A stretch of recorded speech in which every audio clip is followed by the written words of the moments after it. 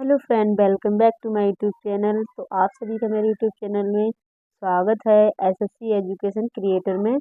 तो आप जैसे कि लास्ट वीडियो में देखते हैं किस तरह से मेरे डेली स्टडी शेड्यूल रहता है या फिर मेरा रूटीन रहता है और किस तरह से आप तैयारी कर सकते हैं। तो आज मैं लेके आई हूँ इंग्लिश की स्ट्रेटजी, किस तरह से हम इंग्लिश को तैयार कर सकते हैं, क्योंकि मैंने बहुत सारे लोगों की स्ट्रेटजी आउट करके और मैं इसी तरह से अब अपनी तैयारी भी कर रही हूँ। और जो लोग बिगनर्स हैं या फिर कुछ टाइम से कर रहे हैं तो उन्हें सही गाइडेंस नहीं मिल पाती है, तो वो इस वीडियो को देख के अपने अच्छे से इंग्लिश की तैयारी एसएससी के लिए कर सकते हैं। तो चलिए आइए वीडियो को स्टार्ट करते हैं।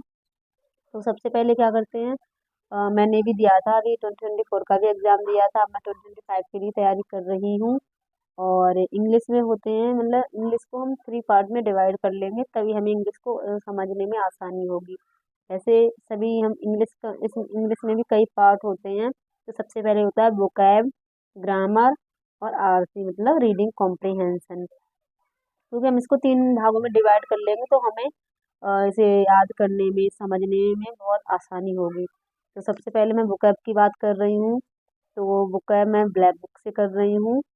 और ब्लैक बुक अगर वोकैब के लिए मोर देन इनफ है, आप इससे मतलब कुछ भी आपको और कोई बुक रीड करने की ज़रूरत ही नहीं है। और चाहें आप तो वॉल्यूम 1 जो नीतू मैम की ग्रामर के लिए, इसी में वोकैब भी दी हुई है, तो आप उससे भी रिवाइज कर सकते हैं, क्योंकि वही वर्ड उसमें भी रिपीटेड है। तो अगर आप बहुत ज़्यादा नहीं करना चाहते हैं तो नीतू सिंह वॉल्यूम 1 है, उसमें आपको ग्रामर के अलावा भी आपको वोकैब भी मिलेगी, तो उससे आप कर सकते हो। तो मेरे पास वोकैब भी है और नीतू सिंह वॉल्यूम 1 है, तो मैं उससे ग्रामर भी करती हूँ और वोकैब भी कर रही हूँ। और वैसे मैं ब्लैक बुक से कर रही हूँ और यूट्यूब से करती हूँ। जैसे कि आपको कभी कभी, क्योंकि हर समय हम लोग बुक नहीं पढ़ सकते, कभी मन होता है कि मैं चलो लेट के मैं कोई क्लास देख ले रही हूँ, तो उससे क्या है, हमें जो चीज़ मतलब जैसे बैठ के हमें प्रैक्टिस करनी होती है मैथ की, कभी कभी हमारा माइंड तो अच्छा होता है लेकिन बॉडी हमारे थकान में होती है, तो हम अपने आराम से लेटे हुए भी कुछ टाइम के लिए पढ़ सकते हैं। ये नहीं हमेशा ही हम लेट के ही तैयारी कर सकते हैं, ऐसा नहीं हो सकता है। कुछ टाइम के लिए आप कर सकते हो। जैसे तो मैं, जैसे कि मैंने पिछली वीडियो में भी आपको बताया, अड्डा 24/7 में प्रतिभा मैम पढ़ाती हैं, वो कैब बहुत अच्छे से करवाती हैं। साइनो एंटो ईडियम्स वो सारी चीज़ें बहुत अच्छे से करवाती हैं। तो मैं 8 मंथ से उनकी ही मतलब क्लास देख रही हूँ। तो आप चाहें तो उससे उनकी क्लास ले सकती हैं और अच्छे से अपनी तैयारी को बेहतर बना सकती हैं। उसके बाद आ जाएँ ग्रामर। ग्रामर में Neetu Singh volume based book है, अगर उसके अलावा भी आपको कोई बुक चाहिए तो आप ग्रामर की एक लूसेंट आती है, उससे भी कर सकती हैं। उसमें ग्रामर रूल्स हैं, लेकिन सबसे बेस्ट है जो हर एक एस्पिरेंट के पास, एसएससी की जो तैयारी कर रहा है उसके पास होनी ही चाहिए इंग्लिश के लिए, नीतू सिंह वॉल्यूम 1। ये बहुत काफ़ी अच्छी बुक है और इससे आप अच्छे से तैयारी, सारे ग्रामर के रूल्स हैं वो कर सकते हैं। तो इसमें क्या क्या आता है, बहुत सारी चीज़ें होती हैं, बहुत मतलब सेंटेंस होते हैं, सारी चीज़ें टेंस वगैरह दिए, कंडीशनल सेंटेंस, बहुत बहुत अच्छे से आपको विस्तार से आपको समझने में बहुत ज़्यादा आसानी होगी। उसके बाद आता है आरसी मतलब रीडिंग कॉम्प्रिहेंशन।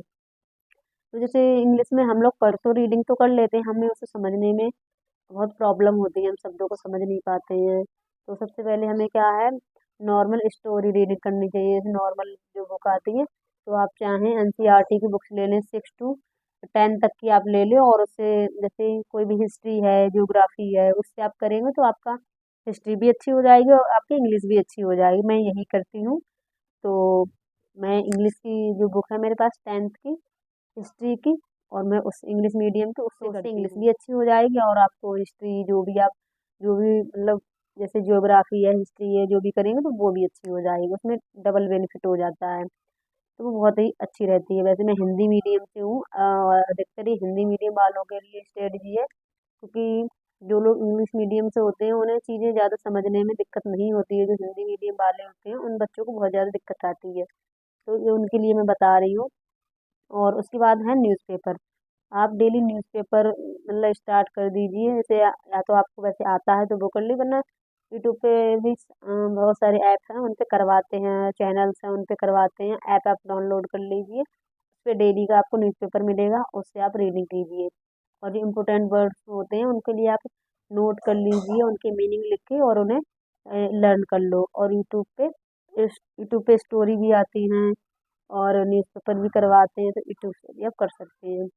इससे बहुत ज़्यादा आसानी होगी। अब बात करें टीयर 1 और टीयर 2, जैसा कि आप सबको पता है, जो भी एस्पिरेंट एसएससी की तैयारी कर रहे होते हैं तो उन्हें सबसे पहले अपना सिलेबस जानना होता है, किस तरह से तैयारी करते हैं, कितने मार्क्स होते हैं, तो वो सबको पता ही रहता है। फिर भी मैं आपकी जानकारी के लिए बता देती हूँ। जो टीयर 1 है वो उसमें इंग्लिश का जो क्वेश्चन है, इंग्लिश का सबसे ज़्यादा वेटेज रहता है एसएससी में, सीजीएल में। तो जैसे कि टीयर 1 होगा, उसमें क्वेश्चन नंबर होंगे 25 क्वेश्चन होंगे, मार्क्स होंगे 50, और निगेटिव मार्किंग भी होती है, इसमें होती है 0.5, इसमें निगेटिव मार्किंग होती है। उसके बाद टीयर 2 में क्या होता है, 45 इसमें क्वेश्चन होंगे और 135 इसमें मार्क्स होंगे, और इसमें निगेटिव मार्किंग होती है -1। ठीक है, तो उसके बाद हम क्या करेंगे, इसी तरह इस चीज़ को ध्यान में रख के हमें तैयारी करनी होती है। तो सबसे पहले मैं बता देती हूँ आपको बुक ऐप कैसे तैयार करनी है। बुक ऐप के लिए आप क्या करेंगे, daily 100 words read and learn करें। सबसे पहले तो हमें एकदम से याद नहीं हो जाएंगे उन वर्ड को, हमें रीड करना होता है। हम एक बार उन्हें रीड करेंगे, फिर कुछ कुछ हमें याद हो जाएंगे एक बार में। ठीक है, तो आप जो भी आपको याद हो जाते हैं या फिर पहले से कुछ याद रहते हैं तो उन पर टिक करते जाइए। जो भी आपको याद नहीं है तो उन पे, जैसे जो भी आपको याद है तो उन पे टिक कर दीजिए, जो याद नहीं है उन पे गोला कर दीजिए, जिससे हम नेक्स्ट टाइम पढ़ेंगे तो हमें याद रहेगा कि हाँ ये वाला वर्ड हमें याद नहीं है, तो उसको हम दोबारा से मेमोरी में फिट कर लेंगे, दोबारा से रीड करेंगे और उससे अगर हमें याद हो जाएगा तो फिर से टिक कर देंगे, याद नहीं होगा तो हम ऐसा ही रहने देंगे। क्योंकि मैं अपना मेथड बता रही हूँ, आप चाहें तो आप भी इसी तरह से कर सकते हैं। आप जब 2-3 बार से रिवाइज करेंगे, बार बार आपसे मतलब वो वर्ड जब बार बार रिपीट होगा तो आप खुद ही मतलब उसे अच्छे से सीख जाएंगे। उसके बाद जब सेकंड डे आए तो क्या करेंगे, जो 100 वर्ड्स आपने याद किए थे या रीड किए थे तो उनको मतलब एक बार फिर से रिवाइज करें। ठीक है, उन वर्ड को, सेम वर्ड को रिवाइज करना है एंड 100 न्यू वर्ड्स रीड करने हैं। न्यू वर्ड फिर से रीड करना, लर्न करना, उसमें मतलब लर्न होंगे। उसके बाद कुछ आपने बिल्कुल भी नहीं देखे होंगे, कुछ आपको उस टाइम याद हो जाएंगे। तो मैंने जो मेथड बताया इसी तरह से आपको करते जाना है। जब डेली डेली करते जाओगे फिर एक हफ्ते बाद आप दोबारा से उन सारे वर्ड को फिर से मतलब रिवीजन कर लो तो आपकी मेमोरी में फिट हो जाएंगे।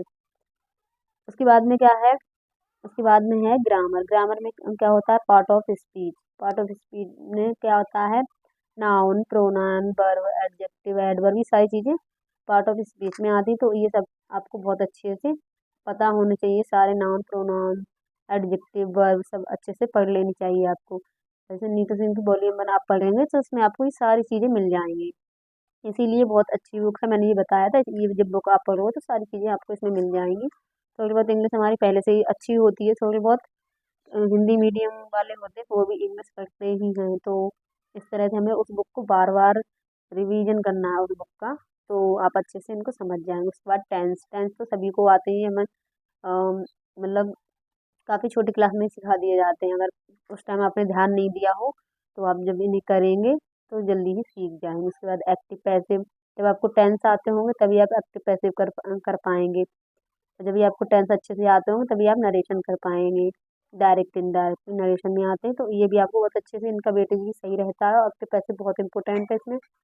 उसके बाद है कंडीशनल सेंटेंस। कंडीशनल सेंटेंस भी बहुत ज़रूरी होते हैं, और जैसे सम इम्पोर्टेंट रूल्स होते हैं, सेंटेंस इम्प्रूवमेंट, एरर्स, ये सारी चीज़ें हमको ग्रामर में ही मिलती है। उसके बाद है रीडिंग कॉम्प्रीहेंशन।